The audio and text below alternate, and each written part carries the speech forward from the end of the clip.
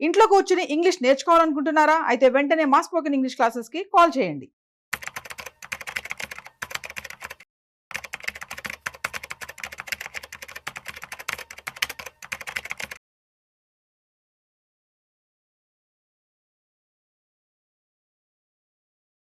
Suman tea ప్రేక్షకులు నమస్తే. నేను doctor Anil Kumar Bachu, certified financial planner. మామూలుగా ఏంటంటే ఇప్పుడు కరెంట్ మార్కెట్ సినారియో చూసుకుంటే చాలా వోలటైల్‌గా ఉంది. ఇలాంటప్పుడు చాలామంది హెచ్ఎన్ఐస్ అంటే పోర్ట్‌ఫోలియో ఎవరిదైతే పెద్దగా ఉందో ultra high net worth individual అయితే ఎవరైతే ఉన్నారో ఎవరి పోర్ట్‌ఫోలియో అయితే ₹1,00,00,000 ఉందో, 50,00,000, 70,00,000 ఆర్ 2, 3 కోట్లు ఉందో వాళ్ళేంటంటే వొలటిలిటీ చాలా ఎక్కువగా ఉన్నప్పుడు కన్సిడరింగ్ 10-15% మార్కెట్ డౌన్ అయినప్పుడు వాళ్ళ పోర్ట్‌ఫోలియో నెగెటివ్స్ చూస్తా ఉంటాం. ఇలాంటప్పుడు ఏంటంటే జనరల్‌గా వచ్చే క్వెషన్ ఏందంటే నేను మ్యూచువల్ ఫండ్‌లోనే ఉండాల్సిందా? ఆర్ నేను పీఎంఎస్‌లోనే పెట్టాల్సిందా? పీఎంఎస్‌లో అంటే ప్రతి ఏ ఇన్వెస్ట్‌మెంట్ డిసిషన్‌ని కూడా రీకన్సిడర్ చేసే టైం అనమాట ఈ టైంలో. నార్మల్‌గా ఏంటంటే మార్కెట్స్ బాగా ఉన్నప్పుడు, పెర్ఫార్మెన్స్ బాగున్నప్పుడు ఎవరు కూడా పోర్ట్‌ఫోలియోని అంత రీకన్సిడరేషన్ చెయ్యరు. వేరేయాజ్ మార్కెట్ డౌన్‌లో ఉన్నప్పుడే అన్ని నెగెటివ్ ఎమోషన్స్ వస్తా ఉంటాయి. అలాంటప్పుడు నేను పీఎంఎస్‌లో ఇన్వెస్ట్ చేశాను. ఈ పీఎంఎస్‌లో ఉంచాల్సిందా లేదా? ఆర్ మ్యూచువల్ ఫండ్‌లో ఆల్రెడీ పెట్టారు. నాకు నా పోర్ట్‌ఫోలియో సైజ్ పెద్దగా ఉంది. మేబీ నేను కొంచెం కంట్రోల్ నా సొంత కంట్రోల్‌తో పీఎంఎస్‌లో పెట్టాల్సిందా? అనే క్వెషన్స్ చాలా వస్తా ఉంటాయి. అలాంటి వారికి ఫస్ట్ పీఎంఎస్ అంటే ఏంటో చూసుకుందాము. మ్యూచువల్ ఫండ్‌కి పీఎంఎస్‌కున్న తేడాలేంటో చూసుకుందాము. అలాగే ఈ హెచ్ఎన్ఐస్ ఎవరైతే ఉన్నారో వాళ్ళకి పీఎంఎస్ బెటరా? మ్యూచువల్ ఫండ్స్ బెటరా? అనేది కూడా కొన్ని పాయింట్స్‌తో అనలైజ్ చేద్దాం. టు స్టార్ట్ విత్ ఏంటంటే మ్యూచువల్ ఫండ్స్ వచ్చేసి మనకు తెలుసు it is for everybody. Retail ఇన్వెస్టర్సే అనుకోండి, హెచ్ఎన్ఐసే అనుకోండి, ultra HNIs irrespective of anybody అందరూ కూడా ఇన్వెస్ట్ చేయడానికి చిన్నగా ₹500 నుంచి ₹5,000 నుంచి లంసమ్ అయితే, ఎస్ఐపి అయితే జస్ట్ ₹500 నుంచి కూడా ఇన్వెస్ట్‌మెంట్ స్టార్ట్ చేయొచ్చు. సో, ఇది ఎటువంటి లిమిట్స్ లేకుండా చిన్న ఇన్వెస్ట్‌మెంట్స్‌తో కూడా మొదలుపెట్టొచ్చు. వేరాజ్ పీఎంఎస్ చూసుకుంటే ఇట్స్ హై నెట్ వర్త్ ఇండివిడ్యువల్స్‌కి ఎవరికైతే పోర్ట్‌ఫోలియో మినిమమ్ 50,00,000 ఉండాలి దీనికి. సో, దీనివల్ల ఏంటంటే అందరి కోసం కాదు ఇది. Somebody who has bigger capital అయ్యుండొచ్చు or experience in the market ఉన్న వాళ్ళే ఈ ఈ పీఎంఎస్ పోర్ట్‌ఫోలియో మేనేజ్‌మెంట్ సర్వీస్ వైపు రావాల్సొచ్చు. అలాగే ఇంపార్టెంట్ థింగ్ ఏంటంటే ఇక్కడ మ్యూచువల్ ఫండ్స్ వచ్చేసేసి పూల్డ్ ఇన్వెస్ట్‌మెంట్. మన అందరి ఇన్వెస్టర్స్ అందరి డబ్బులు ఫండ్ మేనేజర్ పూల్ చేసి అక్కడి నుంచి డిఫరెంట్ పోర్ట్‌ఫోలియో అది ఈక్విటీ ఫండ్ అయితే ఈక్విటీలో, డెట్ ఫండ్ అయితే డెట్‌లో, రకరకాల డెట్ ఫండ్ అయితే బాండ్స్‌లో కొంటారు. మ్యూచువల్ ఫండ్ అయితే మన ఈక్విటీ మ్యూచువల్ ఫండ్స్ అయితేనేమో ఈక్విటీస్‌లో డిఫరెంట్ ఫండ్స్‌లో అలొకేట్ చేస్తా ఉంటారు. సో, ఇక్కడ పూల్డ్ ఇన్వెస్ట్‌మెంట్స్ అందరి ఇన్వెస్ట్‌మెంట్ క్లబ్ చేసి టోటల్ ఫండ్ వాల్యూ ఏంటనేది ప్రతిరోజు సాయంత్రం మెజర్ చేసి, కంప్యూట్ చేసి, దాన్ని నంబర్ ఆఫ్ యూనిట్స్‌తో డివైడ్ చేస్తే ఎన్ఏవి వస్తుంది. అది ప్రతిరోజు అనౌన్స్ చేస్తారు ఈ పూల్డ్ ఇన్వెస్ట్‌మెంట్‌కి. వేరాజ్ ఇక్కడ పీఎంఎస్‌లో చూసుకుంటే ఇట్స్ ఎ ఇండివిడ్యువల్ పోర్ట్‌ఫోలియో అనమాట. మన ఒక డీమ్యాట్‌లో మన ఫండ్ మేనేజర్ మనకు కావాల్సిన యాసెట్స్ బాండ్స్ అయ్యుండొచ్చు, ఈక్విటీస్ అయ్యుండొచ్చు, ఎటువంటి ఇన్వెస్ట్‌మెంట్ అయినా డీమ్యాట్ ద్వారా కొంటారు కాబట్టి it is individualised portfolio. So, value అనేది స్ట్రెయిట్ ఫార్వర్డ్ నీ పోర్ట్‌ఫోలియో వాల్యూ ఏందని జస్ట్ రిపోర్ట్ చూస్తే తెలిసిపోతా ఉంటుంది. సో, అది మేజర్ డిఫరెన్స్ ఇక్కడ. సేమ్ వే మనము స్ట్రాటజీస్ చూసుకున్నా ఇక్కడ జనరిక్ స్ట్రాటజీ అందరికీ ఆ ఫండ్ సపోజ్ అది లార్జ్ క్యాప్ ఫండ్ అనుకుందాం అనుకోండి. లార్జ్ క్యాప్ ఈక్విటీ ఫండ్ అయితే ఆ ఫండ్‌కున్న స్ట్రాటజీ ప్రకారం it's a generic portfolio manage అవుతుంది. వేరాజ్ ఇక్కడ పీఎంఎస్‌లో చూసుకుంటే most of the time it's customise చేయొచ్చు దీన్ని. ఒక ఫండ్ మేనేజర్ మన రిస్క్ ప్రొఫైల్ తగ్గట్టు లెట్స్ సే మనకి హై రిస్క్ కేపబిలిటీ ఉంది. మనం యంగ్ చాలా సంపాదిస్తా ఉన్నాము. ఈ ఈ మనీని మనం రిస్క్ తీసుకొని ఎక్కువ రిటర్న్స్ వచ్చేట్టు కావాలంటే అంటే ఆ కేపబిలిటీ ఉన్నప్పుడు ఆ కస్టమైజ్ చేసుకునే అవకాశం పీఎంఎస్‌కి ఉంది. వేరాజ్ ఇక్కడ కస్టమైజ్ చేసుకునే అవకాశం మన చేతుల్లో లేదనమాట. సేమ్ వే ఇంపార్టెంట్ ఏందంటే ఎక్స్‌పెన్సెస్ కూడా చూస్తా ఉంటాం. Mutual fund usually lower expenditure fees అనేది చాలా తక్కువ ఉంటుంది. సో, వేరాజ్ పీఎంఎస్‌లో వచ్చేసి ఫిక్స్డ్ ఫీస్‌తో పాటు పర్ఫార్మెన్స్ ఫీస్ కూడా చాలా ఫండ్ మేనేజర్స్ చార్జ్ చేస్తా ఉంటారు. అలాంటప్పుడు సో, ఎవరికైతే ఫీజ్ నేను ఎక్కువ ఇవ్వదలుచుకోలేదు అనుకున్నప్పుడు పీఎంఎస్ పనికిరాదు. మ్యూచువల్ ఫండ్సే బెటర్ అనమాట.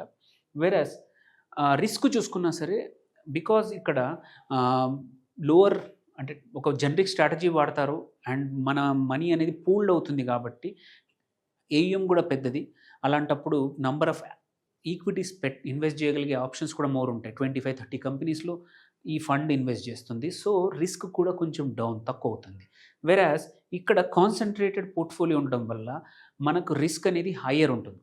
So, now coming to important thing. Question ఏంటంటే ఓకే. ఇది బానే ఉంది డిఫరెన్సెస్. బట్ నా దగ్గర ₹1,00,00,000 ఉన్నాయి. నేను పీఎంఎస్ ఇన్వెస్ట్ చేయాలా? మ్యూచువల్ ఫండ్‌లో ఇన్వెస్ట్ చేద్దామనే క్వెషన్ క్వైట్ కామన్‌గా నా దగ్గరకొస్తుంది. అలాంటప్పుడు ఫస్ట్ తెలుసుకోవాల్సింది ఏంటంటే నీ రిస్క్ కేపబిలిటీ ఏంటో తెలుసుకోవాలి.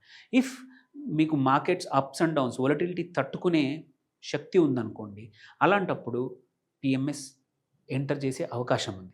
బట్ నాకు కొంచెం కన్జర్వేటివ్ ఇన్వెస్టర్, నేను అస్సలు నా పోర్ట్‌ఫోలియో డౌన్‌లో అస్సలు చూడదలుచుకోలేదు, ఆర్ నెగెటివ్ ఎక్కువగా వెళ్ళడం చూడదలుచుకోలేదు అనుకుంటే mutual funds are better. So, ఇందులో కూడా ఏంటంటే ఈవెన్ పీఎంఎస్‌లో కూడా చాలామందికి తెలియని విషయం ఏంటంటే రకరకాల స్ట్రాటజీస్ ఉంటాయి పీఎంఎస్‌లో కూడా. మనం ఒక ఫండ్ మేనేజర్ సెలెక్ట్ చేసేప్పుడు ఒక పీఎంఎస్‌ని సెలెక్ట్ చేసేప్పుడు ఆ ఫండ్‌కు ఉన్న స్ట్రాటజీ ఏంటో తెలుసుకొని మార్కెట్‌లో స్మాల్ క్యాప్ ఉన్నాయి, మిడ్ క్యాప్ ఉన్నాయి, డైవర్సిఫైడ్ ఉంది. రకరకాల స్ట్రాటజీస్‌తో పీఎంఎస్‌లు మనకు ఆఫరింగ్ అవుతా ఉన్నాయి. కొన్ని నిషే అంటారు, కొన్ని చాలా స్పెసిఫిక్ వాటికి కూడా పీఎంఎస్‌లు ఉన్నాయి. సో, అలాంటప్పుడు మనకి చాయిస్ చాలా ఉంది ఇక్కడ పీఎంఎస్‌లో. సో, ఇది చాలామందికి తెలియని విషయం.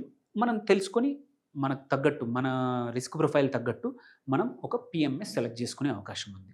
So, now coming to markets ఇలాంటి ఎస్పెషల్లీ అప్స్ అండ్ డౌన్స్ అన్నప్పుడు ఎగ్జాంపుల్ చూసుకుంటే లాస్ట్ ఇయర్ కొన్ని పీఎంఎస్‌లు ఏవైతే ఒక సెక్టర్ మీద ఎక్కువగా ఇంట్రెస్ట్ చూపించిందో ఫండ్, ఎగ్జాంపుల్ రెన్యూబుల్ ఎనర్జీ కానీ మచ్ హైయర్ రిటర్న్స్, అవి ఏంటంటే మ్యూచువల్ ఫండ్ కన్నా కూడా చాలా మచ్ హైయర్ రిటర్న్స్ ఇచ్చాయి. సో, ఆ అడ్వాంటేజ్ అనేది ఇక్కడ పీఎంఎస్‌లో ఎక్కువ ఉంటుంది. వన్ మోర్ ఇంపార్టెంట్ థింగ్ ఏంటంటే పీఎంఎస్ ఇన్వెస్టర్ ఎవరైతే ఉన్నారో ఫండ్ మేనేజర్‌తో రెగ్యులర్‌గా ఇంటరాక్ట్ అయ్యి కావాలంటే ఒక సెక్టర్ స్పెసిఫిక్‌గా కూడా తన పోర్ట్‌ఫోలియోని బిల్డ్ చేసే అవకాశం ఉంది. ఇక్కడ అలాంటి అవకాశాలు లేవు.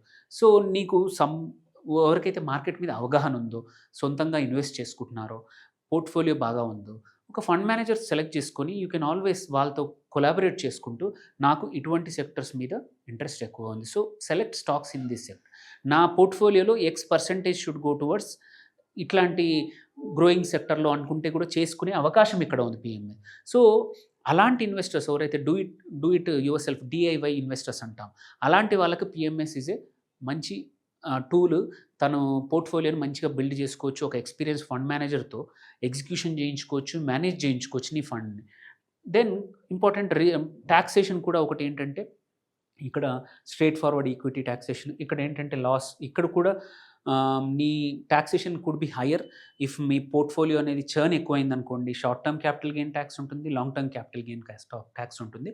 బట్ స్ట్రెయిట్ ఫార్వర్డ్‌గా ఇయర్ ఎండ్‌కి ఒకసారి మీకు ఒక స్టేట్మెంట్ వస్తుంది. దాని నుంచి మనం నెగెటివ్‌లో ఉంటే క్యారీ ఫార్వర్డ్ కూడా చేయొచ్చు. పాజిటివ్ ఉంటే టాక్సేషన్ మనం దానికి తగ్గట్టు ఎల్టీసీజీ, ఎస్టీసీజీ తగ్గట్టు మనం టాక్సేషన్ పే చేయాలి. సో, ఇన్ ద ఎండ్ చూసుకుంటే ఏంటంటే హెచ్ఎన్ఐలు పీఎంఎస్ వైపు వెళ్ళొచ్చు. బట్ దానికి పీఎంఎస్‌లో ఉన్న హై రిస్క్‌ని తట్టుకునే కేపబిలిటీ అండ్ నీకు మళ్ళీ మీ ఫండ్ మేనేజర్‌తో కలిసి మాట్లాడగలిగి అండ్ మేనేజ్ చేయగలిగే కేపబిలిటీ ఉంటే మాత్రం PMS is very good. Especially మీకు ఒక వ్యూ ఉండి కొన్ని సెక్టర్స్‌లోనే నేను ఇన్వెస్ట్ చేయించుకొని హయ్యర్ రిటర్న్స్ పొందాలి అనుకుంటే PMS is good. Otherwise even HNIs కూడా మిస్నామర్ ఏంటంటే నాకు మ్యూచువల్ ఫండ్ అందరూ పెడతా ఉన్నారు, నేనెందుకు పెట్టాలని కొద్దిమంది సింపుల్గా తెలియకుండా డైరెక్ట్ ఈక్విటీలో పెట్టేసి లాసెస్కి వెళ్తూ ఉంటారు హెచ్ఎన్ఐస్. అలాంటి వాళ్ళు still they can go to mutual funds.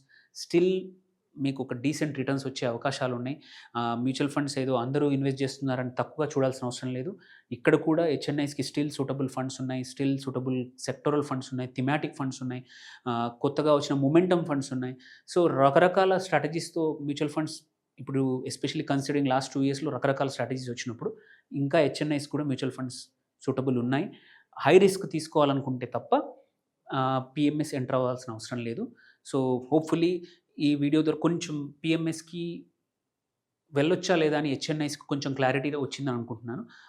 Thank you for listening అండి. Thank you.